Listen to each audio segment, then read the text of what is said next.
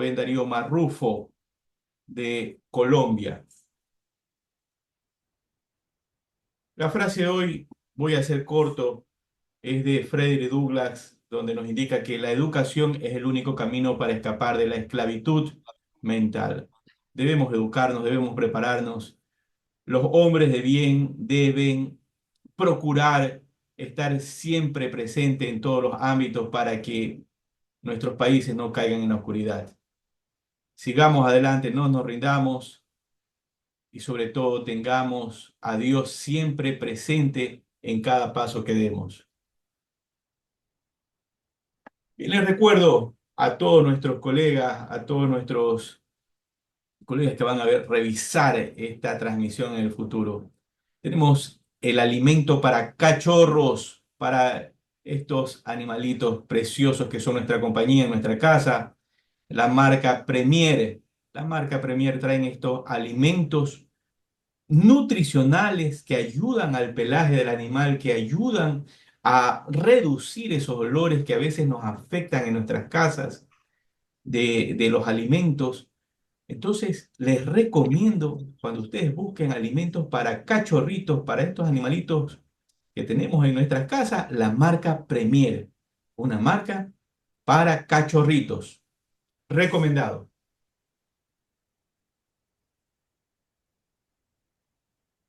Bien, hoy tenemos, les indicaba a ustedes, dentro de nuestros panelistas invitados, tenemos al magíster Carlos Alfonso Boschel Norman, al doctor magíster Rubén Darío Marrufo García del país de Colombia, Valledupar, así como nuestro colega Carlos Alfonso, también del país de Colombia, Bogotá. También al magíster Eugenio Rodríguez Mites, contador público autorizado de la República del Ecuador, Guayaquil. Si ustedes desean invitar a nuestros colegas a sus eventos académicos, a los colegios profesionales, a sus empresas, pueden escribirle directamente al email. Ustedes lo tienen en la pantalla, sombreado de color amarillo. Escríbanle, invítenlos a todos estos eventos académicos.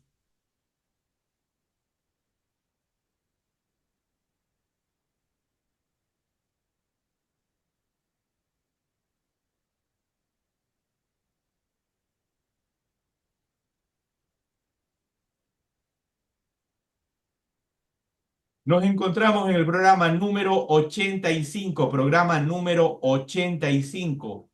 Hoy vamos a revisar la ponencia Extorsiones o vacunas a las empresas y personas, un grave problema social y económico. Los panelistas, el magíster Eugenio Rodríguez, el doctor Rubén Darío Marrufo y el magíster Carlos Alfonso Bocher. Hoy, lunes 23 de septiembre, ya son las 20 horas con 27 minutos. Procedemos a anclar a nuestros invitados. Permítame, voy a proceder a anclar a nuestros invitados para dar inicio al programa.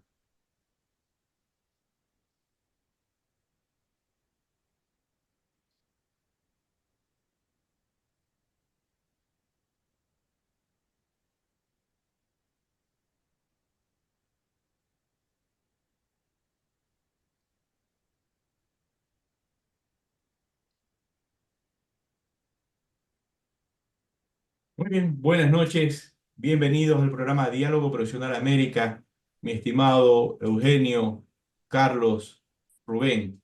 Pedimos disculpas antes que todo a nuestros oyentes y a nuestros colegas que van a ver la transmisión también en el futuro. Por estos temas de racionamiento eléctrico hemos tenido problemas. Hasta las 8 de la noche hemos tenido suspendido este tema de la energía eléctrica. Pero bien, estamos presentes con nuestros invitados y hoy tenemos un tema muy interesante que trata sobre las extorsiones a las empresas y también a las personas naturales. Definitivamente esta situación está golpeando a todos nuestros países o a la mayoría de los países latinoamericanos, Ecuador, Perú, Colombia, México, Chile, están siendo pequeños negocios extorsionados y esto lamentablemente nos está pasando la factura porque está logrando que cierren esos pequeños negocios y que los inversionistas se vayan a otros países donde tal vez tienen una mayor seguridad. Y hoy vamos a revisar con Carlos Boschel este tema de seguridad. ¿Qué tienen que hacer las empresas? ¿Cómo actuar ante esta situación? Con nuestro invitado, el magíster Eugenio Rodríguez, vamos a revisar esos efectos que tienen estas extorsiones en los estados financieros y con el doctor Rubén Darío Marrufo, los datos que nos puedan proporcionar sobre qué o cómo está afectando esta situación de forma ya directa a las compañías, con tal vez con unos datos estadísticos. Bien, por favor, me confirma nuestro colega, el magíster Carlos Boschel, si ya está conectado. Carlos, muy buenas noches. Buenas noches Hola, y Víctor. ¿Me escuchas, Víctor? sí, te escuchamos perfecto. Bien, vamos a iniciar con Carlos y justamente como él es experto en materia de seguridad, donde presta sus servicios a todos los países hispanoamericanos, incluso a países en Europa o en Estados Unidos, vamos a preguntarle, Carlos, esta situación de las extorsiones, a veces el empresariado tiene miedo. Los empleados que trabajan dentro de esas empresas tienen miedo, incluso de ir a sus empresas. Y hay muchas veces que les han quitado, se ha tenido que quitar los logos de las empresas para que no los reconozcan. Entonces, dicho esto, Carlos, en materia de seguridad, ¿qué deben de hacer los empresarios o cómo deben de viabilizar este tema? Carlos, el micrófono. Bien. Hay una situación bien importante y es entender que esta materialización de este tipo de eventos son críticos. Y cuando nosotros hablamos de críticos son situaciones inesperadas e incontrolables. O sea, son situaciones que salen de la mano nuestra. Esas situaciones críticas lo que llevan a la persona especialmente es a tener temor y ese temor lo deja vulnerable. Y eso es lo que busca el delincuente. El delincuente lo que busca es precisamente bajo la presión, bajo la coacción, es someter a la persona de la forma más rápida para poder obtener algún tipo de beneficio ilegal.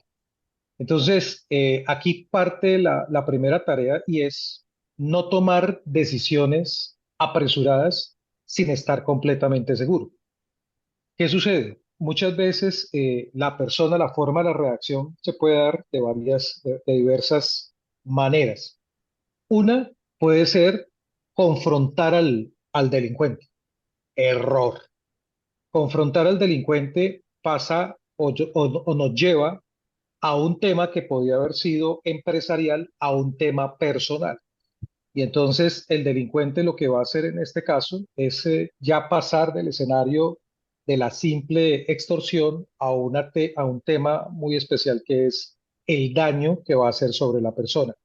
Simplemente, ¿por qué? Porque en este momento se está buscando cómo poder demostrar fuerza a partir de este tipo de tareas.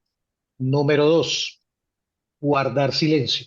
Guardar silencio es peligroso. ¿Por qué? Porque muchas veces esos escenarios van cambiando, van subiendo de intensidad. Y cuando se guarda silencio, pues sencillamente uno está a la espera de que puede llegar a suceder. Y cuando hay una extorsión es porque hay una amenaza materializada. Es decir, que en este caso hay alguien que está pendiente de lo que haga o deje de hacer. Alguien diría que no hacer nada es también hacer, pero para este tipo de situaciones no es lo más aconsejable. La tercera, que es la más correcta, es que comprendamos que esto es una situación delincuencial, es un delito. Y como tal, hay que afrontarlo a partir de qué? Del aviso a las autoridades. Muy seguramente uno diría que en la desconfianza que puede darse este tipo de situaciones es ponerlo digamos, exponerlo a que realmente en algún momento el mismo delincuente se pueda enterar Y ahí realmente la más aconsejable es eso. Uno, porque son personas expertas, en este caso, de poder acompañar la situación, saber exactamente cómo se debe manejar inicialmente este tipo de tareas. Y la segunda es que definitivamente, pues, cuando uno tiene este tipo de eventos, el estar acompañado de expertos también es importante. Ahora, hay escenarios donde, por ejemplo, lo que está sucediendo aquí en nuestro país, en diferentes regiones tenemos diferentes organizaciones criminales que se han dedicado dentro de su parte de economías criminales a los temas de la extorsión. Entonces se complica la situación cuando ya no es solamente un grupo, sino pueden ser varios grupos simultáneamente los que pueden estar aplicando este tipo de actividad ilícita sobre las empresas.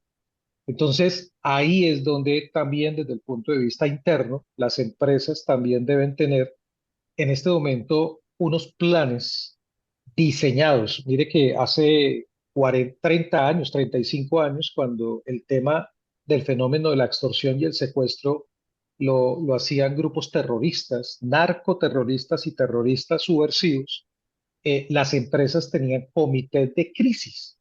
Sí, y esos comités de crisis, en la medida que fue cambiando el escenario, se convirtieron en comités de riesgos. Pero el tema del manejo de crisis es vital dentro de la organización. Es decir, hay que tener en cuenta que es una actividad delincuencial y hay que denunciar. Eso no se debe callar. La segunda es que las organizaciones en el cambio de contexto y en esos riesgos deben prepararse. No esperar, en este caso, hasta que se materialice el evento, sino en la medida que uno va identificando que esa amenaza puede estar más cercana, pues hay que prepararse. Entonces, inicialmente, Víctor, ese podría ser la primera recomendación que podríamos darle a nuestros asistentes. Bien, entonces podemos concluir justamente de lo que nos ha indicado. Número uno, no callar y no Así es. afrontarlo personalmente porque eso puede ser contraproducente. Mm. Número dos, denunciarlo. Sí. Y número tres, preparar la respuesta. Es decir, que nosotros podemos organizar, así como tenemos una gestión de riesgos, tenemos planes de contingencia, tenemos planes de emergencia, preparar comités de crisis para que en caso de que se llegue a materializar, saber desde el punto de vista como empresa cómo debemos actuar ante este tipo de situación. Digamos que esa es la base, esa es la Bien, base, Víctor, porque todos los casos no son iguales. muy bien. Nos vamos con el doctor Marrufo.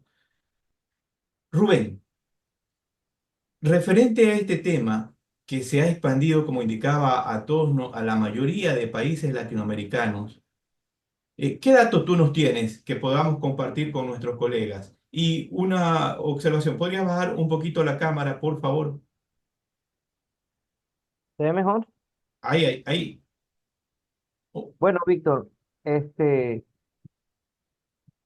yo estuve investigando un informe que dio CEPAR, ¿no? Y la CEPAR lo que no te ha dado números en, digamos, datos cuantitativos, pero sí ha tenido impacto esta problemática de extorsiones o vacunas en las empresas, ha tenido impacto en lo social. Es decir, ¿qué ha generado esto desde el punto de vista social? Inseguridad, desconfianza, desgaste emocional en los dueños de empresas, así como también los colaboradores en las empresas. Desde el punto de vista económico, también ha tenido freno el desarrollo empresarial en América Latina. Grupos delincuenciales que están afectando a toda la región. Uno conocido, no le voy a dar el nombre, pues ustedes por las noticias lo han dado. Lamentablemente es de mi país. Eso es lo que está frenando también en la inversión de los pequeños empresarios, freno en el desarrollo empresarial, pérdida de la inversión, economía informal porque nadie quiere formalizarse.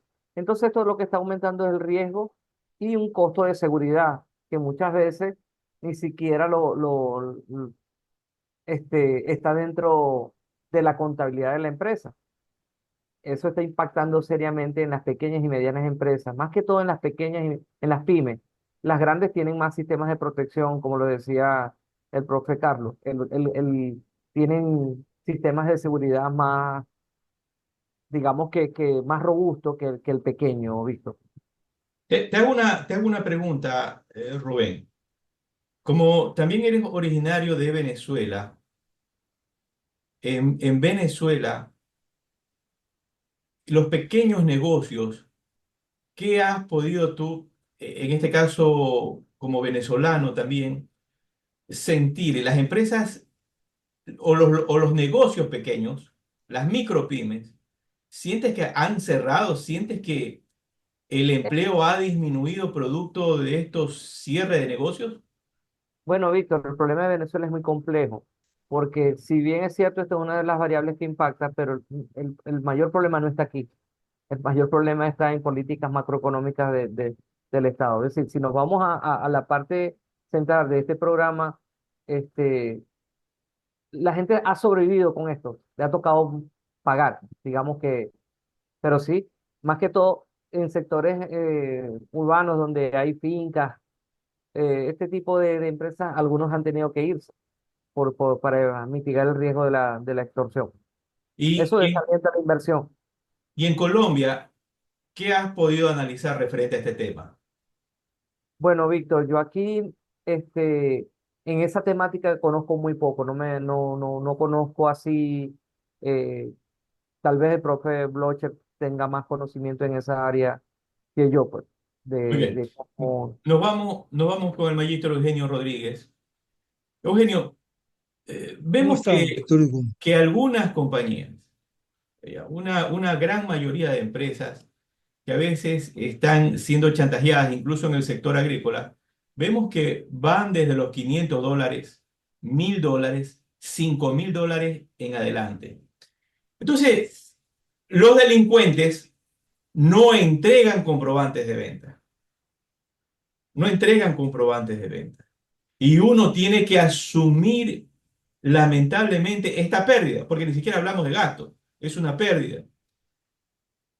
Y el profesional contable, ya el contador de la compañía, dentro de sus estados financieros, cómo debería abordar este tipo de situación, tanto en la presentación de sus estados financieros como en las notas de los estados financieros.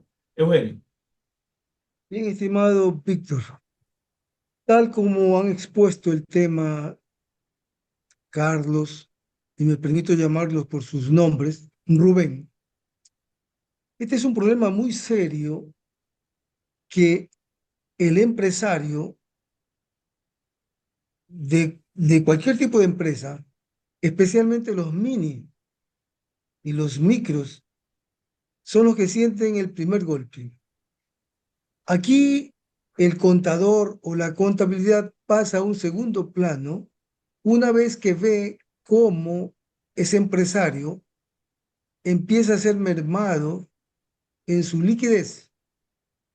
Aquí en Guayaquil y en la costa he observado muchos negocios de estos llamados minis o pequeños que han cerrado sus puertas definitivamente, porque la coima es, la extorsión, tal como tú explicas, 500, $1.000, 2.000, $5.000 semanalmente, afecta seriamente a unos negocios que recién se estaban levantando luego de venir de una pandemia. Entonces, ¿qué hace el contador acá? Tal como mencionó Carlos, efectivamente, la empresa se preocupa, el empresario, la empresa, y arman un pequeño grupo, buscan cómo defenderse.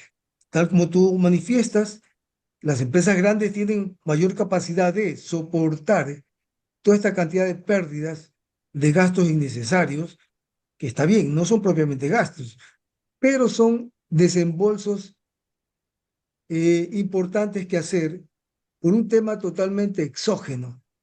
Entonces suceden dos cosas. Los préstamos, puede la empresa buscar dinero fresco para alimentar su escuálido de liquidez en instituciones financieras, en cooperativas o con los mismos proveedores. Pero a su vez se va notando cómo sus clientes se van alejando. No están comprando con la misma intensidad. Entonces el contador acá debe estar atento a este desarrollo porque va a permitirles, en forma lamentable, aplicar dos grandes conceptos, muy viejos, pero muy reales. El primero, la materialidad. ¿De qué tamaño son las coimas? ¿De qué forma son? ¿Cómo juegan estas extorsiones? ¿Hasta dónde puede soportar la empresa? Materialidad e impacto. Y por lo tanto, como consecuencia, le toca revisar el problema de negocio en marcha o empresa en funcionamiento. ¿Hasta dónde la empresa puede llegar? Y se produce una evaluación necesaria en el camino, o al inicio, o al final. ¿Vale la pena continuar abiertos, o cerrar, o cambiar de línea, o parar un momento? Yo acá conozco un par de casos donde los empresarios tienen serios problemas y están haciendo esta evaluación. Ese dinero que sale muchas veces efectivamente no está contabilizado porque no quieren dar a conocer, pero ya el ambiente laboral se nota que está fuera de lo normal. Ya se nota un ambiente de temor y otras veces se contabiliza como algo por liquidar, una especie de activo. Pero al final del ejercicio tiene que liquidarlo, tiene que ir a pérdidas. Y eso significa, para efecto de rentas, un valor nada deducible y sale realmente muy caro, muy caro. Por lo tanto, el primer mensaje que yo debo puntualizar acá es motivar una evaluación de los hechos, tratando de ser lo más objetivo posible para ver hasta dónde se llega, hasta dónde es posible avanzar. Aquí aplicamos entonces, si queremos ponerle eh, las normas a disposición de este tema, tenemos NIC 1, presentación de estados financieros, o las secciones equivalentes de lo que es la NIF para las pymes, que son de 3 al 8, donde se analiza cada uno de los estados financieros. Incluso hay empresas que se aplican NIF completas, se deben estar preguntando ahora si van a llegar o no a aplicar la que reemplace esta NIC 1, la NIF 18, Eso. que va a llegar en el 2027 de forma obligatoria, pero es toda una transición que vivimos acá en Ecuador. Sí, mi estimado Víctor. Muy bien, nos vamos con Carlos. Carlos, acá en Ecuador hay empresas que les han puesto bombas, han disparado por varias ocasiones, no por una sola vez, con metralletas, con pistolas, los han intimidado. Entonces, ante esta situación que implica, como bien decía Eugenio, un mayor desembolso en seguridad, correcciones a los perímetros de esta empresa o de esta entidad, ¿qué más debería de hacer esa empresa con la experiencia que tú tienes para, en cierta medida, aumentar la seguridad de su patrimonio y de la gente que trabaja con ellos? Carlos. Bueno, esa es una situación complicada y complicada es en el sentido que uno quisiera tener una respuesta realmente mucho más eficaz para los temas. Pero como te digo, en cada país, aunque pareciera ser la misma modalidad delictiva, no el modus operandi es igual. ¿Sí? Entonces, digamos que cuando uno tiene una materialización ya de un acto que va en contra tanto de la estructura como de las personas, es porque ha pasado varias cosas. La primera es que entramos a negociar y no pagamos. Entonces, uno de los problemas que tienen o que tenemos nosotros cuando un extorsionador nos llama es el recibirle la llamada, el tratar de decir que vamos a buscar tiempo para mirar a ver qué podemos hacer. Pero en el momento en que yo le recibo la llamada, en el momento en que yo comienzo a tratar de decirle que no tengo, no estoy en la capacidad, ya estoy negociando. Y entonces, cuando yo tengo ya ese contacto con ese delincuente, él ya comienza a aplicar diferentes fases. Y hoy en día el tema de la extorsión no es como hace 10, 20 años que tenían una capacidad para negociar de semanas, de meses, muchas veces, para obtener un resultado. Hoy es muy rápido. Esto es una modalidad que desafortunadamente migraron de las bandas delincuenciales que venían en la migración especialmente de Venezuela, hablando de un tren de Aragua, por ejemplo, donde el tema de la violencia era uno de los factores donde llegaban. Es más, yo te cuento una cosa a todos los asistentes, es que en Colombia, por ejemplo, el tema cuando eran ciudades y era con grupos delincuenciales organizados, el tema no era simplemente de una granada o el tema no era simplemente de un artefacto explosivo, era el homicidio, grababan los homicidios y esas grabaciones se las repartían a las personas a través de las redes sociales, hablando de las víctimas y les advertían cuál era la situación. Es decir, era un tema desde el punto de vista de afectación psicológica. Entonces, Víctor, el tema de la seguridad no va simplemente en elevar los temas de hombres armados, el fortalecer estructuras, sino trabajar también la mente. Es decir, el solo hecho de someter a un funcionario, el someter a una persona, el saber que en este momento se puede dar una afectación, pues es importante. Es decir, eso no lo va a soltar. La segunda es que hay que hacer un monitoreo permanente de los eventos. ¿Qué pasa? ¿Qué sucede? Uno revisa en el entorno cuáles han sido realmente la situación de mayor impacto que se haya presentado ante este tipo de modalidad. Entonces, en la medida que el delincuente también va evolucionando, pues también uno va preparando medidas. Digamos que la medida más extrema que tiene uno es sencillamente sacar a la persona del área de influencia del delincuente. Otro de los puntos extremos es cerrar, por ejemplo, instalaciones hasta que realmente no se cuente con las garantías para poderlo hacer, pero digamos que ese ya es un escenario mayor. Vuelvo y repito, es en el alcance que tienen las empresas. Muchas empresas dicen, no, Carlos, no vale la plata o no vale el dinero en este momento la vida o el daño que puede recibir una persona. Entonces, muchas veces los temas de negociación terminan. Pero escuchaba al maestro Eugenio y mire que el caso colombiano también es bien simpático. Aquí sí le entregan, especialmente los grupos terroristas, le entregan recibos, aparentemente recibos, donde le dicen que, que la empresa ha entregado un dinero y lógicamente pues contablemente eso no va a quedar en ninguna parte. Por el contrario, ahí es donde comienza otro problema, maestro, y es que desde el punto de vista contable cambian, digamos, la forma, es decir, comienzan a tergiversar la información, ya la información no es limpia, no es nítida, y aquí hay un tema, especialmente, no sé si eso pasará en otros países, si pasa en Venezuela y en Ecuador. Uno de los problemas es que aquí cuando usted paga una extorsión y no denuncia, puede terminar financiando organizaciones terroristas.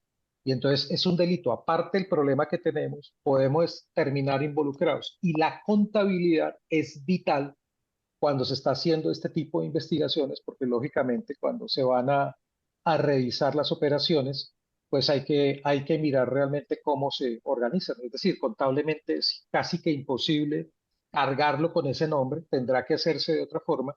Y aquí por lo menos no solamente es que lo hagamos directa, sino que también lo podamos hacer a través de alguien. Es decir, poner a otra persona que haga los pagos para que la empresa, entre comillas, no quedaba, eso no le exime de terminar metido también en ese problema. Entonces, Víctor, tenemos un problema desde el punto de vista de seguridad operacional, tenemos un problema también desde el punto de vista legal, desde el punto de vista también que se nos puede materializar. Entonces, es un tema bien complejo y por eso es importante que estemos preparados antes de tomar decisiones. Muchas gracias, Carlos. Rubén, tú tenías unos datos, me confirmas, que ibas a compartir. Este, No, Víctor, no, ahorita en este Ya. momento no lo tengo. No, no hay problema, no hay problema. Lo que Tranquilo. quería era complementar algo, ¿no? Lo que ha Sí. dicho el profe Carlos y Eugenio, que muchas veces ese tipo de pagos que se le entregan a los grupos delincuenciales, que muchas veces ni está no queda registrado en la contabilidad. ¿Y qué está pasando con eso? Va a impactar en los flujos de cajas de la empresa, en el contexto de negocio en marcha que hice.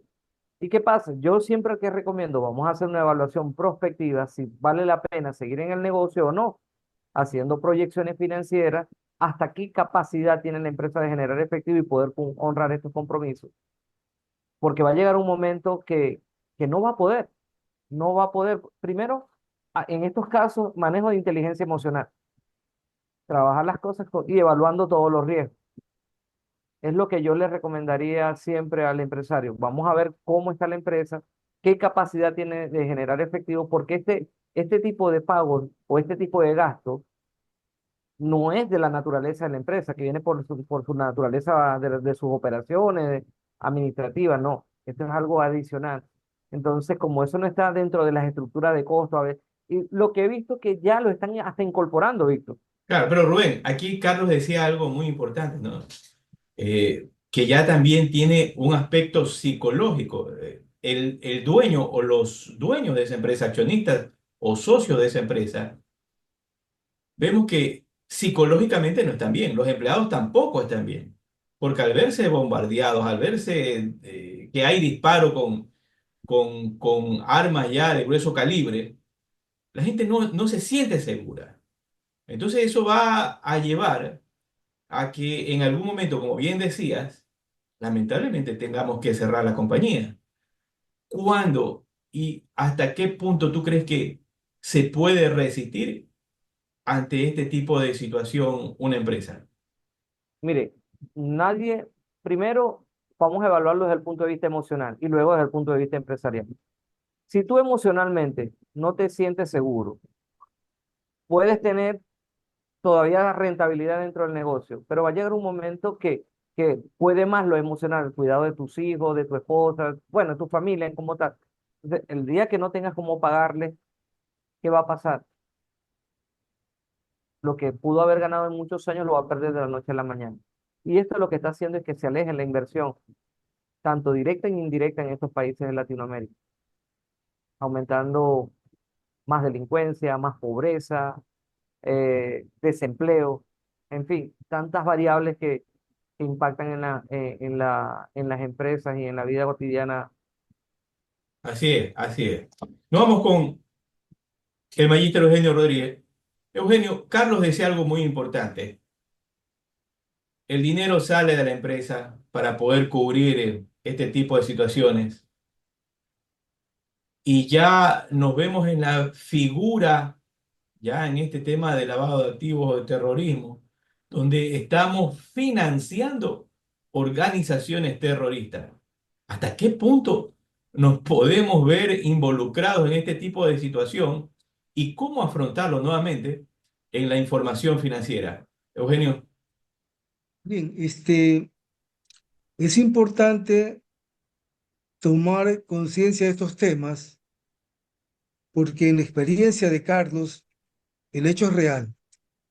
En Ecuador, los contadores o los auditores venían practicando para detectar o para revisar temas de lavado de activos, una, una especie de revisión de estados financieros o de operaciones enfocadas contra el lavado de activos o financiación de terroristas, aplicando una norma internacional de aseguramiento de la serie 3000, donde eran procedimientos acordados. Una revisión bastante no profunda, que daba, que digamos no permitía ninguna conclusión al final del camino. Pero a partir de este año 2024, la Superintendencia de Compañías de Seguros está exigiendo una, un trabajo de mucha mayor responsabilidad, un trabajo de que brinde una seguridad razonable de todo el sistema que tiene una empresa implementado para manejar estos riesgos de que puedan involucrarse terroristas o gente en lavado de activos. Entonces, a partir de este año 2024, se va a aplicar una, una norma de seguridad razonable, de seguridad razonable, que es la serie 3000 más bien, porque anteriormente se aplicaba a la serie 4000. Esto entonces, esto le da efectivamente una mayor responsabilidad tanto al auditor como a los empresarios, porque ya toca, exige que cada empresa tenga un sistema para evaluar riesgos, para calificar riesgos. Ahora, si una empresa registra o no quiere definir, quiere camuflar los desembolsos que pueda estar haciendo, efectivamente se vuelve una operación sin soporte, una operación de carácter sensitivo que podría en un momento dado considerarse como que está haciendo, como que está encubriendo, siendo cómplice por el temor que siente. Esto aplicando el hecho de que el desconocimiento de la ley no implica un ser inocente, pues es un riesgo que a partir de Ecuador, a partir de este año, para aquellas empresas que tienen como obligación contratar auditoría externa, están obligados a contratar también este tipo de auditoría que le permita asegurarse a las autoridades de que la empresa todavía está en caminos normales o limpios. Ahora bien, la evaluación del negocio resulta imperiosa, tal como decía Rubén. Entonces el contador tiene que involucrarse en ese equipo que está al mando de la empresa. Muchas veces los empresarios tienen un círculo muy, muy cerrado, dado que las empresas en Ecuador generalmente están siendo manejadas por una sola persona, quien a su vez es el mayor accionista. Casi no existen accionistas minoritarios. Incluso en los últimos par de años se dio paso a estas compañías con un solo accionista, que es un contrasentido. No son compañías, pero son válidas este tipo de sociedades, entre comillas, en el Ecuador. Por lo tanto, muchas veces esa persona, ese accionista, que a su vez es el gerente de la empresa, maneja un círculo muy cerrado y el contador puede estar corriendo un riesgo que vale la pena puntualizar y estar atento al asunto. No solamente el contador, también el auditor. Muy bien, muchas gracias. Rubén, ¿tienes alguna pregunta? Sí, quería preguntarle al profe Eugenio, porque con esto que usted está diciendo, a mí se me viene a la mente también la NIA 315, y eso puede generar incorrecciones a nivel de riesgo inmateriales también. Lo que pasa, estimado Rubén, la 315 es parte de una auditoría financiera. Correcto. Ahora, acá la superintendencia de compañías está exigiendo un trabajo muy específico a todo el sistema operativo que tiene la empresa para contrarrestar estos riesgos. Incluso está exigiendo que sea un auditor diferente al quien hace la auditoría de los estados financieros. Entonces está haciendo otro tipo de trabajo donde se aplica, como te digo, estas normas internacionales de aseguramiento, ya más a los procesos, más a la documentación de soporte. Por ejemplo, tiene todo un sistema para, el auditor tiene que ir a verificar lo que es un sistema que tenga para conocer a su cliente, al cliente de la empresa. donde uno debe profundizar los ingresos que tiene el cliente, los costos, toda la parte individual de esos clientes. Es decir, un trabajo nuevo para Ecuador que empieza a partir de este año. Hasta el año pasado no lo implementaron, pero a partir de este año ya estamos allí. Es un mayor esfuerzo tanto de la superintendencia como de los contadores. Ahora bien, hace un momento tú comentabas que países como Venezuela, como Colombia y como Ecuador también tienen problemas estructurales que cobijan o hacen difícil este tema. La gente, por ejemplo, no quiere denunciar porque, entre comillas, sale perdiendo. En esta semana y en estos meses, dada la valentía de una fiscal que hemos tenido en Ecuador, la fiscal Diana Salazar,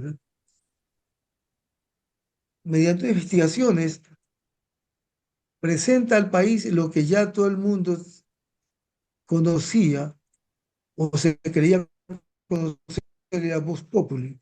Hay involucrados en todos estos temas de narcotráfico, no solamente jueces, fiscales, algunos policías, o sea, algunas partes del ejército, autoridades judiciales. Entonces, todo esto es una especie de... La policía hace un gran esfuerzo, los militares hacen un gran esfuerzo, dado que el gobierno decretó una guerra interna y calificó como terroristas a todas estas bandas que están haciendo mucho daño al Ecuador. Pero los policías, el ejército, día a día, semana a semana, hacen un gran esfuerzo, capturan gente, pero las leyes de Ecuador son las llamadas progresistas, que da la impresión que protegen a los señores delincuentes, y de tal forma que vuelven a salir. Y a la semana otra vez están volviendo a sus andadas. Entonces, torna el problema bien complicado. Muy bien. Carlos, como asesor internacional en materia de seguridad, ¿cuáles consideras los tres principales errores que tienen las empresas al direccionar este tema de las extorsiones? ¿Cuáles son los errores que cometen? Uno, creer que nunca me va a pasar. Dos, no estar preparados. Y tres, tomar decisiones a la ligera y no estar realmente convencidos. Y cuando hablo de convencidos no es porque, como lo hago rápido, lo voy a creer, sino convencidos es que estemos dentro de la legalidad y al mismo tiempo estemos realmente buscando la protección. No olvidemos que la extorsión es de los delitos que tiene, digamos, una situación bien interesante y es que puede darse, es decir, nosotros hablamos de un delito pluriofensivo, sí, es decir, que no solamente infringe el derecho fundamental, que es precisamente a la libertad, al desarrollo de la autodeterminación que puede tener un individuo dentro de una sociedad, sino que también se puede llevar a un tema de un delito, perdón, a un evento tracto sucesivo. Sí, es decir, que se repite una vez y otra vez, y en el tiempo ese acto, luego de consumarse una vez, es a veces casi que imposible poderlo parar. Carlos, Es decir, uno cree que paga una vez, pero la realidad es que usted puede seguir en ese mismo círculo mucho tiempo.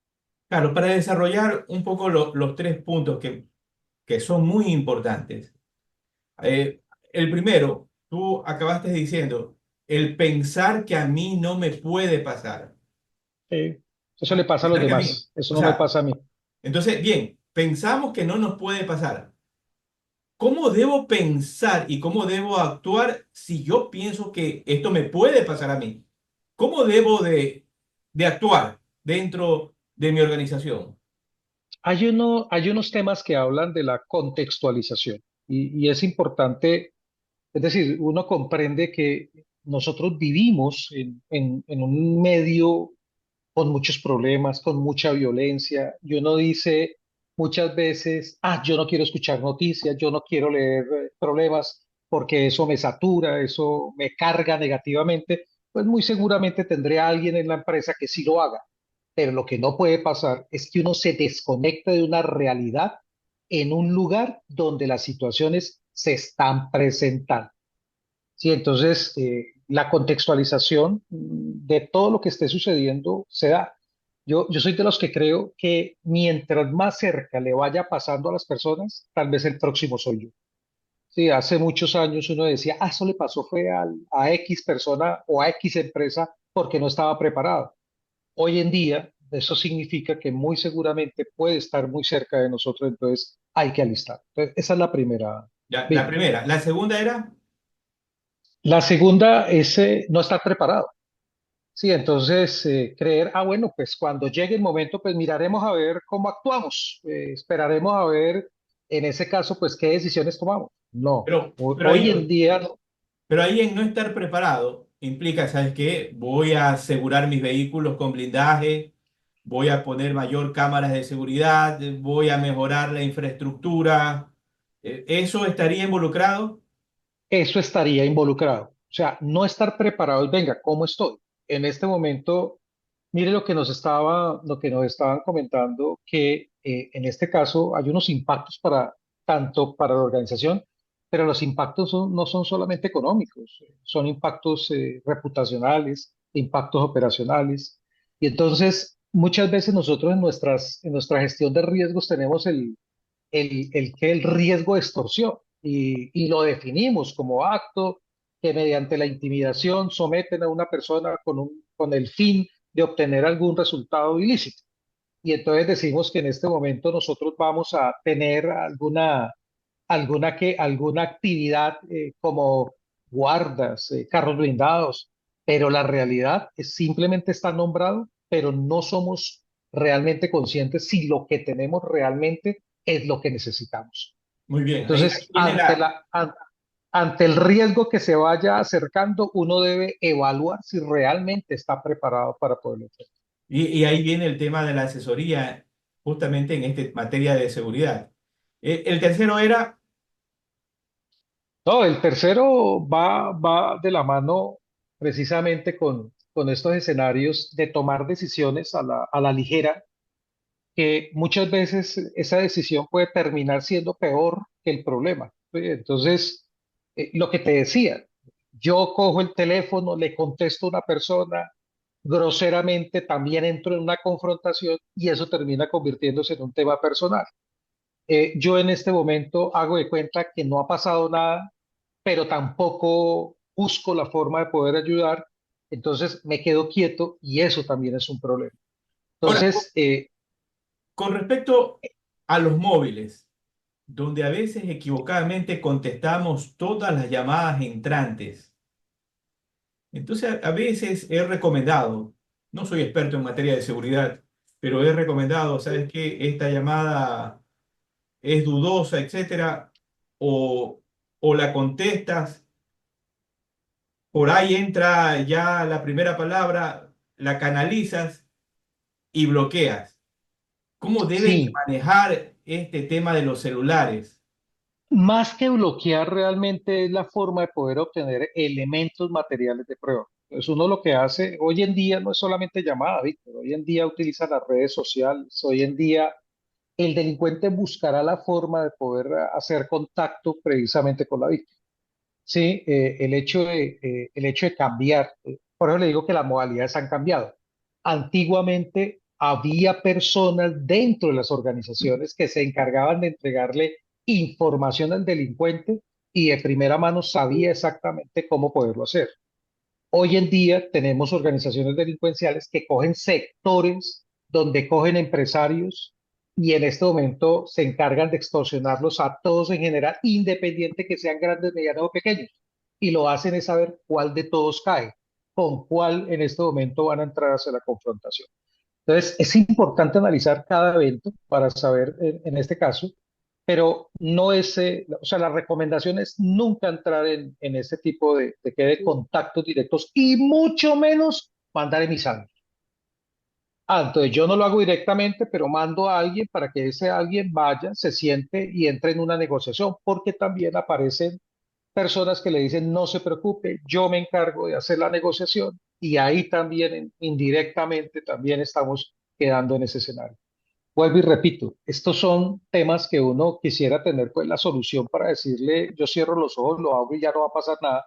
Son situaciones con las que tenemos que vivir, hay que analizar cada caso, pero la primera recomendación es que hay que buscar la autoridad, hay que en este momento levantar la mano con ellos para buscar inicialmente la ayuda. Si yo no veo realmente una respuesta, hay que buscar a alguien que lo acompañe a uno en ese manejo de crisis para saber cómo poderlo hacer. Muy bien, muchas gracias, Carlos. Nos vamos con Rubén. Rubén, ya estamos viendo que hay que dar ciertos pasos para no caer en las redes fácilmente de estos extorsionadores. Pero ahora la pregunta es la siguiente, Rubén. Decía Carlos, se buscan la forma, las redes sociales, ejemplo, Facebook, Instagram, WhatsApp, etcétera.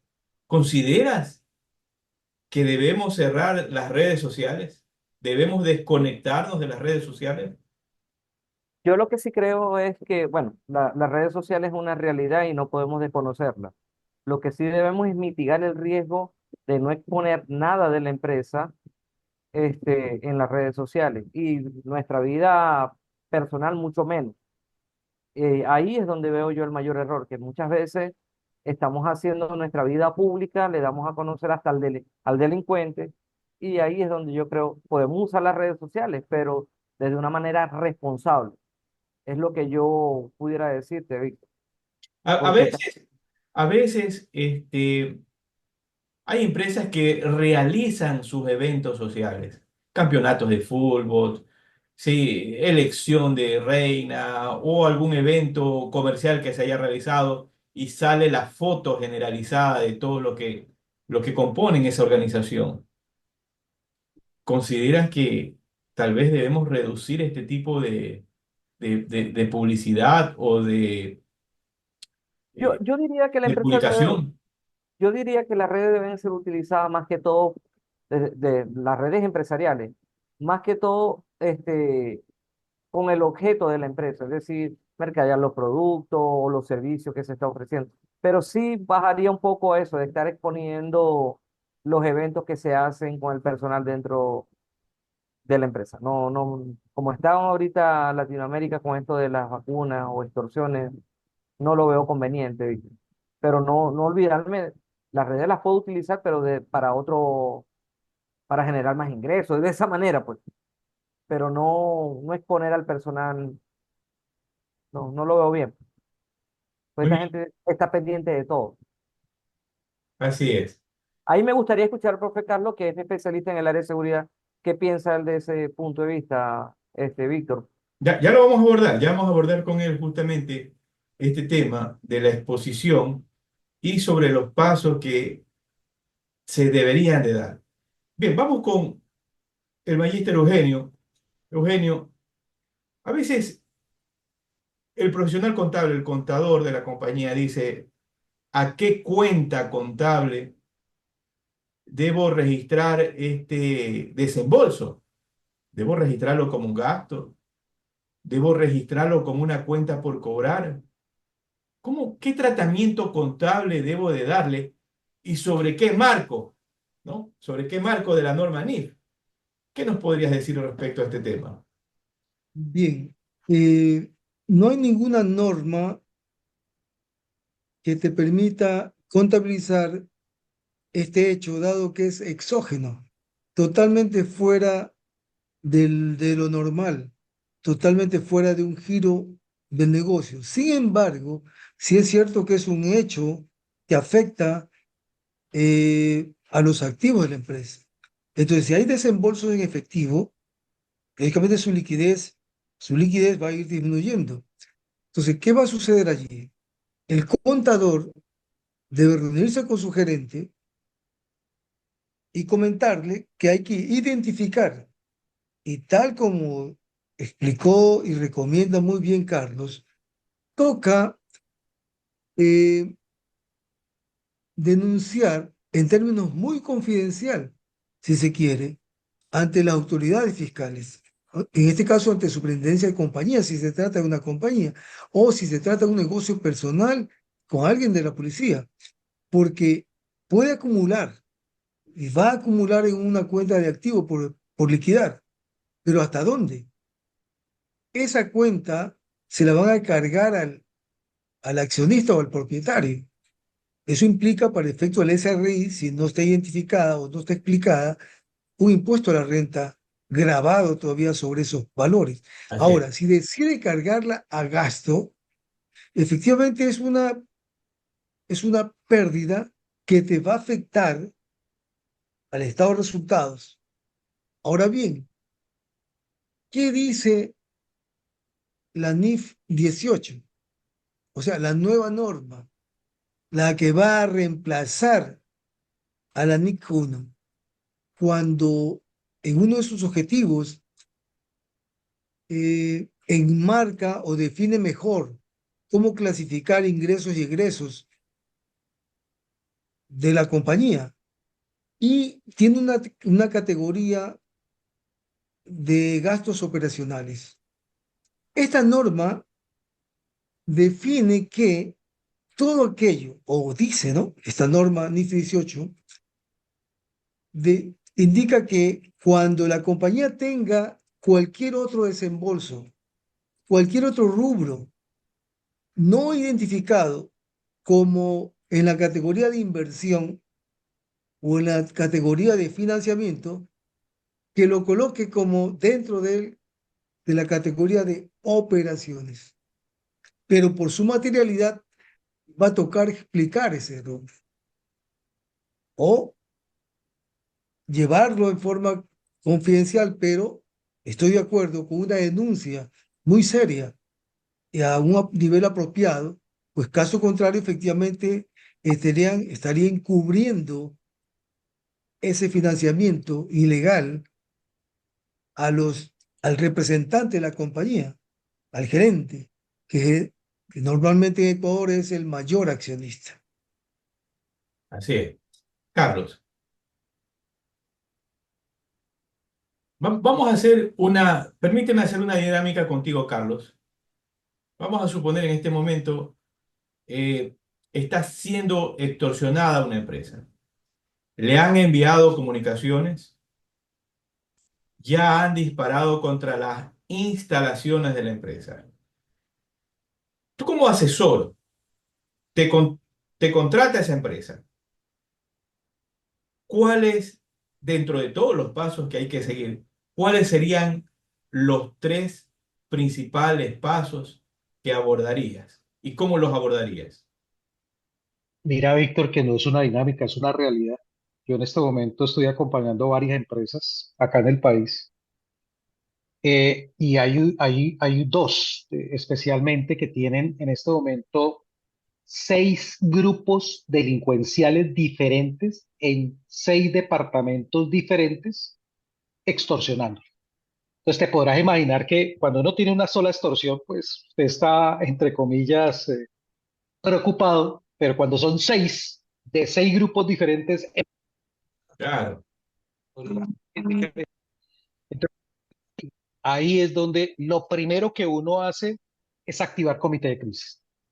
Y puede sonar película, pero la realidad es que cuando nosotros estamos de activar comité de crisis, es que lo que busca uno en la alta dirección es precisamente dar un entendimiento de qué es lo que está pasando. Aquí nos toca analizar caso por caso para establecer en este motivo situaciones, las causas. Mire que Rubén decía que es muy importante, a diferencia de otros riesgos, que podía uno decir cuántas veces me puede suceder en un espacio de tiempo X riesgo, para el tema de las extorsiones, cómo me encuentro expuesto, es cómo estamos nosotros expuestos. Y entonces ahí es donde uno comienza a ver, entonces comienzan las instrucciones. En este momento no se vuelve a usar uniformes con logo. Segundo, en este momento no se van a quedar en los mismos hoteles, por ejemplo, cuando tienen que viajar, no pueden estar. En la tercera vamos a cambiar rutas, en la cuarta ya no podrán, digamos, hacer vida nocturna cuando se van a regiones, habrán lugares donde queda prohibido el tema de desplazamiento y se cambiarán el tema del negocio. Entonces, la primera es en este momento realmente concientizar a la alta dirección de la situación, pero con temas y datos reales. Luego comenzar a proponer estrategias donde el primer activo que protege la organización son las personas. Las personas. Es decir, aquí nosotros no podemos exponer a alguien porque al final el delincuente viene y le coloca en este momento un artefacto. El tercero es revisar pólizas. Entonces, lo primero que uno dice es, bueno, nos vamos con los activos, contra esos activos físicos, y en este momento es actualización de pólizas. Hay que revisar las pólizas, si tienen exclusiones, si en este momento tiene coberturas que tiene que ver con la parte de ante tipo de afectación. Nosotros, por ejemplo, aquí hemos tenido 4 eventos de explosiones, 2 fueron granadas, impactos que se presentaron, y en este tipo de nosotros tenemos que estar muy atentos es cómo minimizar los impactos. El otro punto es el acompañamiento con las autoridades. Entonces ya no es solamente denunciar, sino que nosotros también debemos estar velando precisamente porque las investigaciones realmente se estén adelantando. El estar pendiente de cómo en este momento se puede evolucionar por una sencilla razón, Víctor. No tanto porque se cojan al delincuente de afuera, sino establecer si dentro de la organización puede haber alguien que haga parte de esa organización que le esté llevando información. Entonces, eso significa organizar la casa, no significa hacer lo que aquí llamamos cacería de bruja, que es mirar a todo el mundo como sospechoso o como algo, sino realmente tener algo muy importante. Y el último punto se llama la comunicación. Yo no puedo generar pánico. Es decir, yo no puedo salir a decirle a los empleados, oiga, oiga, oiga, nos están extorsionando pilas. No, el tema de la comunicación, la forma en que se diga, eso en ese momento también tiene impactos. Lo que uno busca es sencillamente mantener informado a las personas con la evolución de los eventos, pero habrá una información que simplemente se manejará en unos cargos a nivel estratégico, y ahí es donde realmente cuando tomamos nosotros decisiones, no todo el mundo lo puede saber, no toda la alta dirección lo debe saber, precisamente para poder organizar. La Carlos, realidad, Víctor, en este país nosotros hemos manejado este tipo de eventos, y digamos que mientras las empresas, digamos que lo que más nos duele a nosotros es que la empresa pequeña, la micro y mediana empresa son las que pueden acabarse por este tipo de delitos. ya, Entonces, hay que ayudarlos a ellos precisamente con eso. ahora, Carlos, algo que hemos mencionado, creo y estamos sintonizados todos, que estos grupos terroristas delincuenciales no son grupos comunes, son grupos incluso con asesoría extranjera de grupos terroristas o narcotraficantes de otros países, donde necesariamente al no desembolsar cantidades económicas comienzan a debilitar a la empresa. Ejemplo, lo que he notado es que comienzan a robarle los vehículos, los camiones, comienzan a desconectarle la energía eléctrica, comienzan a aterrorizar a los trabajadores. ¿Cómo ante esta situación debemos manejarnos? Lo que tú decías, el comité de riesgo, pero ¿qué De nos podría crisis, decir? ¿Cómo manejo de debemos crisis. manejarnos de crisis? ¿Cómo deberíamos manejar No, ante esta situación? nosotros no podemos dejarnos contagiar del pánico. Vuelvo y digo, si yo no soy capaz de manejar, consigo a alguien que venga acá y se siente y que nos ayude a mantener la calma, que nos ayude a tomar decisiones, pero desde la lógica y no desde la emocionalidad. Eso salva vidas. Lógicamente, los temas del análisis permanente Nosotros, por ejemplo, con este tipo de empresas hacemos análisis en la mañana, mediodía y en la noche. Y muchas veces nos toca la madrugada. Todo depende cómo se va comportando pues la situación. Pero este es un tema que tiene que trabajarse con mucha prudencia cuando se está hablando, cuando se está actuando. Y la segunda es que hay que ser con mucha cabeza fría, hay que saber analizar realmente y tomar decisiones. Muchas veces uno como consultor tiene que sentarse con la alta dirección, hasta con los propietarios, entre comillas, para a veces cogerlos no a la fuerza, pero sí centrarlos dentro de la situación. ¿Cuál es el objetivo que queremos? El objetivo es sucumbir ante el bandido. El tema es salir adelante. En este momento queremos, y vuelvo y te digo, habrá momentos en que nosotros hemos tenido que montar en un avión, en el último vuelo, una familia para despacharla, y quedemos los que tenemos que quedarnos acá precisamente para afrontarlo y cuando este tema, porque siempre en algún momento va a terminar.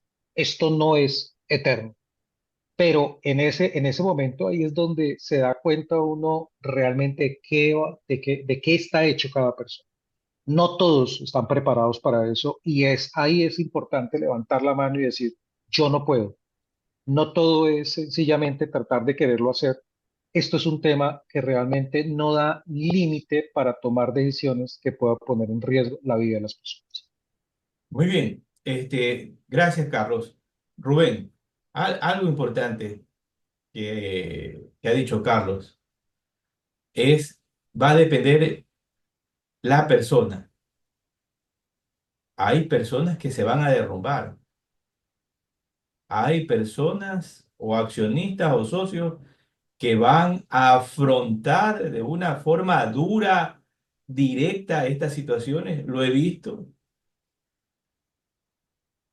¿Cómo nosotros estamos, Rubén, económicamente?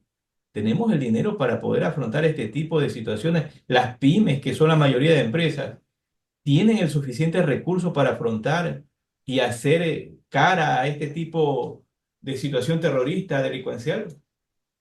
Bueno, Víctor, si le cuesta subsistir en condiciones normales, adicionando este problema, muchas quiebran, Víctor. Muchas quiebran porque no tienen el pulmón financiero para soportar las extorsiones. Esa es la gran realidad. Y terminan cerrando. ¿Cuánto es la esperanza de vida de una pyme en Latinoamérica con tantos problemas que tienen? Muchas pueden llegar antes del quinto año, algunas sobreviven, otras no. Empresas familiares que terminan cerrando porque no pueden con esto. No pueden porque la capacidad de enfrentar un pago coimas tan grandes que en su contexto de negocio en marcha se ve afectado. Entonces hay un efecto económico y emocional también. Me voy más a lo emocional, porque hay gente que dice, yo no voy a asumir esto, me voy. Hay otros que son más fuertes y lo enfrentan. Pero esa es la realidad. Gracias, Rubén. Nos vamos con Eugenio. Eugenio, hace en una pregunta inicial, te consultaba en las notas a los estados financieros y para no caer en esta situación de financista del terrorismo, ¿sí? ¿Cómo cómo debería estar redactado un borrador que nos dé una idea? ¿Cómo debería estar redactada esta información dentro de la información financiera para conocimiento de los accionistas, socios o autoridades? En principio, no debe redactarse. ¿Qué he visto acá en un par de empresas? Ellos, la empresa ha generado dinero pagando este tipo de cosas. Y luego el empresario, el socio, créditos personales y canceló la deuda de la empresa, desaparece el tema. Pero tu pregunta es válida. La NIC 1 trae un párrafo donde explica a la NIC 1 que en casos extremos, en casos delicados, en casos complicados, donde la empresa se corre un riesgo en su reputación o en el negocio mismo, u otro tipo de problema muy delicado, no se debe explicar el asunto, pero sí se debe, y este párrafo que te digo está desde siempre, y yo me pregunté, y cuando leo el párrafo, y estaba razonando el párrafo, decía, pues es contradictorio, porque de todas formas le pide que expliquen que no es posible explicar el hecho. Ese es un tema contradictorio, existe en NIC 1. Entonces, en casos como estos, pues sencillamente, tal como recomienda Carlos, no puede enterarse todo el mundo, sino excepto aquellas personas que están ligadas a participar en la valoración, en este caso, de la empresa o en la solución, en la defensa del asunto. Y el contador sí puede ir revisando estos casos y puede ir entrando, dándose cuenta del tema, porque puede medir los flujos promedios de efectivo que maneja la empresa, puede medir la morosidad de sus clientes, puede medir también la presión que ejerzan los acreedores. Entonces, este es un tema bien delicado donde es preferible recurrir a esa NIC 1, que está vigente y que entiendo no ha sido derogada esa parte, porque si bien es cierto desaparece dentro de poco, la NIC 1 reemplaza la NIF 18, pero toda esta serie de párrafos pasan a la NIC 8, a la NIC 8. Bien, Entonces, ahora Eugenio, puede darse el caso, vamos a pensar mal en este momento, hay administradores que también se podrían aprovechar de esta situación y decir, mira, nos han estado extorsionando y hemos tenido que desembolsar $5.000 cada mes, donde el administrador, el gerente, no es el dueño, es un tercero contratado. bien, O sea, al no haber denuncia, ahí vamos, al no haber denuncia, al no haber tampoco una denuncia ante la policía, podríamos caer en una extorsión interna. ¿Cuál es tu te opinión? comento, te comento lo siguiente. Conozco el caso, o a lo mejor 4 o 6 casos que recuerdo, donde se produce lo que tú manifiestas, pero en una forma eh, muy, entre comillas, natural acá, en Ecuador. Hace un momento yo recordaba, y justo se está desarrollando estas semanas, cómo empleados judiciales, funcionarios judiciales, jueces, asistentes, ¿qué sucede en Ecuador cuando hay una pugna de tipo legal por cualquier litigio que tenga la empresa? Oye, es impresionante, porque he hablado con los gerentes, cómo la gente te dice, a ver, necesito $5.000, porque esto tiene que ser un aceite para que corra el tema. Entonces la pregunta ahí funciona lo que tú dices. ¿Para quiénes son esos $5.000? Los 8.000, los 12, para cada trámite, para que avance supuestamente un litigio legal. Exacto. Y no hay forma de probarlo. Y entonces van desplumando a la empresa. A tal punto que yo recuerdo que hace ahora poco nomás, 8 meses atrás, yo le decía a un empresario, oye, esto está demasiado caro. ¿Qué pasa si decimos, mira, listo, no hay más dinero? Perdamos el tema. Porque sucede ese tema, pero en otro campo. En el campo de la extorsión no lo he visto, pero puede darse, puede darse. Ahora, los empresarios que conozco generalmente son los mismos accionistas. Generalmente son los mismos accionistas. Entonces, ellos manejan su tema y lo tratan de llevar en forma confidencial. Pero siempre hay información que se escapa, sobre todo cuando no se quiere informar nada. No se quiere informar nada. Entonces, sí es válido aquello y yo concuerdo muy bien con la experiencia de Carlos. Hay que informar a los niveles y solamente a las personas apropiadas. Y hay que denunciar el tema.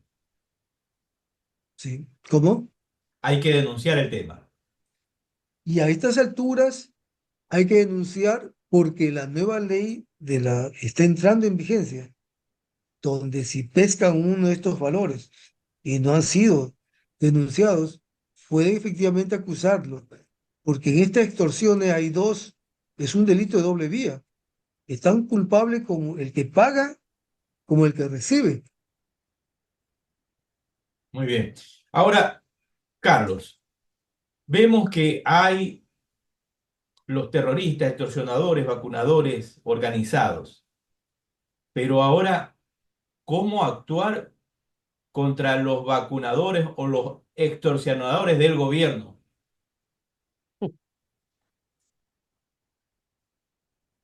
Esos sí son, ese es otro tema, ¿no? Digamos que yo no lo llevaría tanto al tema de la parte de la extorsión, aunque sí es una realidad.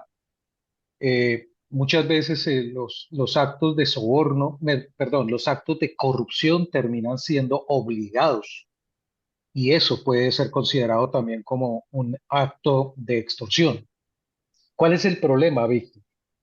El problema es que igual que los delincuentes con estos delincuentes de cuello blanco, así los llaman, versus los que están allá afuera, no hay una diferencia. El solo hecho de que yo participe, el solo hecho de que yo lo haga, me puede estar involucrando a mí en un problema.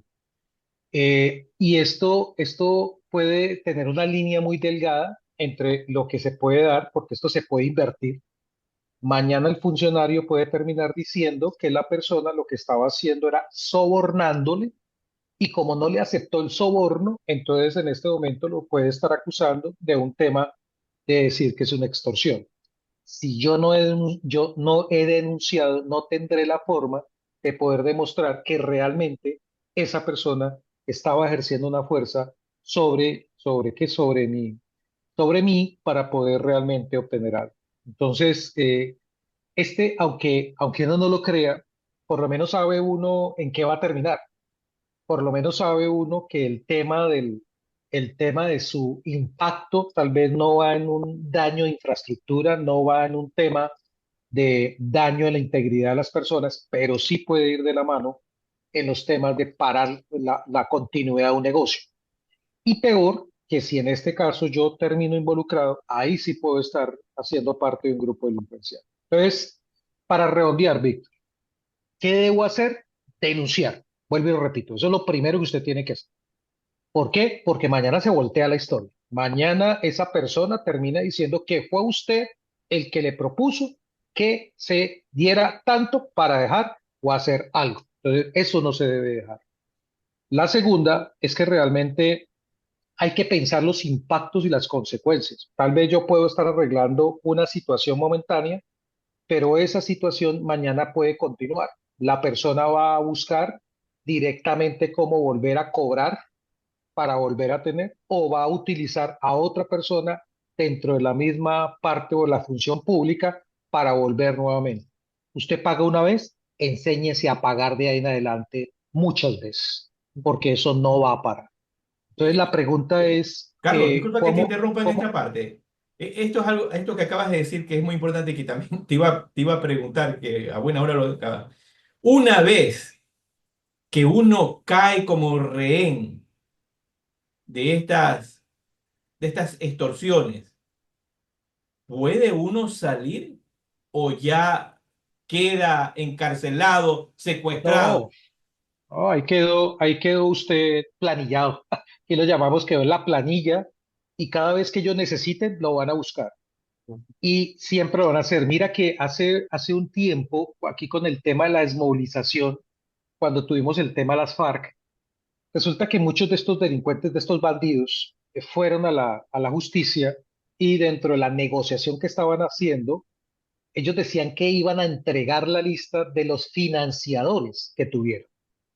¿Sí? Y entonces tenían la lista de los campesinos, de los funcionarios, de los comerciantes, de los industriales que pagaron extorsión. Pero como nunca se denunció, terminaron ellos, entre comillas, pensando que dentro de esa negociación iban a quedar involucrados sus nombres. ¿Qué hizo la Justicia Especial para la Paz? Abrió un escenario donde le dicen a las personas, perdón, si usted en algún momento pagó una extorsión, véngase, preséntese voluntariamente y dígalo. Reputacionalmente son muy poquitos las personas que van a aceptar que fueron y le pagaron a un delincuente o a un terrorista. Entonces, ¿qué hicieron? Quedarse callados. ¿Y qué sucedió con estos? Pues estas personas comenzaron nuevamente a recordarles qué habían hecho en su pasado y siguió la misma historia. Entonces, Víctor, cuando tú entras en este tema de este tipo de delitos y tú pagas creyendo que con eso vas a solucionar, estás en este momento es entrando en un túnel que no tiene salida. De la única forma que eso puede llegar a pasar es que el delincuente en este momento realmente cumpla una pena en una prisión de alta seguridad, y cuando hablamos de una prisión no es garantía de que no siga delinquiendo desde allá, esa es, o que el delincuente sea neutralizado, sea dado de baja, que entonces ahí en ese caso de pronto uno podría respirar. Por eso cuando uno va a tomar esas decisiones debe saber cuál es la consecuencia, no solamente del momento, sino los daños colaterales y las consecuencias a futuro que puede representar este tipo de acciones. Muy bien, muchas gracias. Estamos en la recta final ya para ir cerrando el programa. A nuestros colegas que están conectados y nos están escuchando en esta transmisión, por favor, las personas que deseen formular sus preguntas, levantar la mano digital para darle paso y nos indican a quién va dirigida. Entonces, viene la última ronda de preguntas, ya justamente para cerrar el programa. Nos vamos con Rubén. Rubén, hagamos un resumen de lo que hemos aprendido el día de hoy. Y me vas Bueno, ayudando. Bien, mira que, tenemos, como decía Carlos, crear y conformar el comité de crisis. ¿Me corriges, Carlos? ¿Estamos bien, no? sí, Importante. ¿Cuál es tu opinión, Rubén? no, no, eso es perfecto. Y ese comité de crisis o riesgo tiene que tener especialistas en el área de ciberseguridad, de hasta en... Mira, Víctor, que esto es tan complejo que yo escuchaba a lo que dijo el profe Carlos sobre, una vez que pagas, no te vas a quitar. Yo estoy de acuerdo con él. Mira que eso te va a impactar en los flujos de caja, que cuando tú tengas que hacer una proyección de valorar tu empresa, ese riesgo debes incluirlo en la tasa de descuento. Debes incluirlo para saber cuál es tu costo de capital dentro de ese WAT que muchas veces utilizamos para valorar, lo tienes que incluir, porque una vez que lo pagaste no te lo vas a quitar nunca. Ya. Y Ahora, eso, sí, ahora, Carlos, algo rápido, Carlos, que antes que se nos pase. ¿Quién lidera este comité? ¿Quién lo lidera? Normalmente debería ser el CEO, pero normalmente lo sacan para que no tenga en este momento. Eso se busca dentro del grupo, Víctor. Se busca una persona que tenga bueno, de por sí que el comité debe estar preparado, ¿no? Esto hay que prepararlo. Esto no es que nos reunamos hoy y vamos a mirar a ver qué vamos a tomar. Esto de preparar antes de, se miden cómo son las competencias de cada persona, se mide en este momento también cómo es la forma de la persona, pero normalmente tiene que ser alguien de la alta dirección. Esto sí tiene que ser en un nivel muy alto, y no olvidemos pues que al final nosotros lo que hacemos es asesorar para que realmente ese presidente tome decisiones. Claro, pero Pero debe es estar alta dirección. acompañado, pero debe estar acompañado de una persona que conozca bien este tema Sí, de estos procesos, porque ninguno es, de nosotros ese, somos expertos. el comité de crisis debe tener un asesor externo. Eso es definitivo. ¿Por qué? Porque nosotros en la empresa estamos en una pecera. Nosotros vemos lo que tenemos dentro de la empresa. Muy Debe bien. venir alguien que en este momento le dé otra visión, una visión más holística de la situación. Lógicamente, las decisiones las toman, son las personas de la empresa. El consultor sencillamente acompaña, aconseja y brinda información. Ya. Ahora, Rubén, ya tenemos el comité. Hay que conformar un comité para saber qué hacer. Debemos tener un asesor, un especialista, porque definitivamente, como dice Carlos, vivimos en una pecera y no sabemos una serie de cosas que el especialista lo sabe. Decía Eugenio, Rubén, no debemos revelar ningún tipo de información porque nos va a afectar. Nos puede afectar con los clientes, puede ser que hayan clientes que se aprovechen, nos van a los proveedores, puede ser que los proveedores nos presionen en los pagos y así una gran cantidad de situaciones que pueden darse. ¿Cuál es tu opinión? No, yo sí creo que eso no debe revelarse porque hay un dicho que dice que los trapos sucios se lavan en la casa. Tú no le vas a demostrar tus debilidades a un externo porque te puede impactar en tus ventas, en la reputación de la empresa. Sí creo que eso debe ser cerrado. Y, y dentro del comité, para mí debe haber alguien que lo lidere, pero debe tener asesores tanto legales, financieros y desde el punto de vista de seguridad, porque hay que evaluarlo con un grupo cerrado, pero multidisciplinario. Ya. Lo otro es que tenemos que denunciar. Ah, No, no, eso no no hay hay duda, tres caminos, dos caminos, cuatro no hay caminos. duda. Hay un solo camino. Hay que denunciar. Víctor, es que si no denuncia te estás haciendo cómplice, porque estás pagando un grupo y ya al no denunciar eres cómplice. Es decir, tú como víctima vas a ser, vas a ser víctima de dos veces, porque vas a ser cómplice de quien te está extorsionando. Bien, decía Carlos también, si das chance, no denuncias, te planillan, te boletinan y de ese tanque no sales o de esa piscina no sales. ¿Tu opinión, Rubén? Sí, porque yo lo que sí creo que lo más sano es denunciar, porque, y evaluar los riesgos también de la denuncia que hiciste, porque probablemente también te puede traer problemas, pero hay que hacerlo. Bien. Antes de irme con Eugenio, Carlos, una última pregunta. Hay una gran cantidad de empresas que están quitando los logos a los vehículos, los logos a las camisetas para no ser identificados en las carreteras, ser identificados los trabajadores. ¿Cuál es tu opinión? No, eso es una medida de control que, aunque no soluciona el problema, por lo menos, entre comillas, invisibiliza al delincuente ante una acción. ¿El problema dónde va? El problema es que si yo tengo esa amenaza adentro, ese agente generador adentro, por más que yo le quite el logo, por más que yo mueva o cambie la estrategia, siempre va a haber alguien que le va a estar contando. Pero desde el punto de vista, sí es una estrategia, sí es una buena estrategia, sobre todo cuando uno tiene operaciones afuera, donde en este momento lo que uno busca es precisamente mimetizar, es tratar de evitar en este momento llamar la atención y poderlo hacer. Pero esa medida de quitar el logo debe ir acompañada de otras medidas de control, especialmente en los acompañamientos. Sí, saber que salió del punto A al punto B y que llegó, que si algo pasó sobre la ruta, sabemos en este momento también dónde puede haber sucedido y qué tenemos que hacer. Bien. Eugenio, voy a hacer Sí. una pregunta, creo que difícil y a la vez emocional en el tema empresarial. Si el empresario no está preparado emocionalmente para este tipo de situaciones, porque como bien dijo Carlos, hay de repente personas que ya nos ponen en una situación complicada y se derriten totalmente, donde no se puede afrontar. Esto necesariamente va a llevar a que la empresa cierre o qué debería hacer el empresario si se ve que no va a poder afrontar esta situación.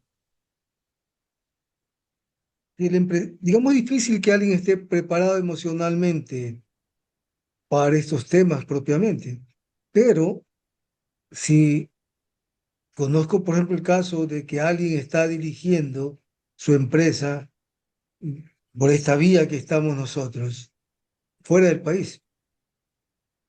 Esto conlleva a un control no tan eficiente, ¿ya?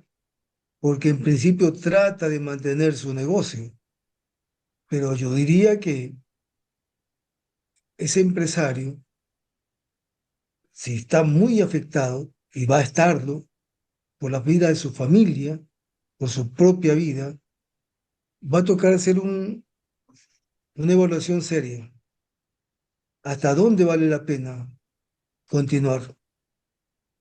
Porque también es cierto que si define el problema, llamemos en una forma no tan tardía, él puede cerrar en forma ordenada su operación y eso le va a permitir volver, porque va a dejar claras sus líneas con los bancos con quien trabaja, con su personal, ¿ya?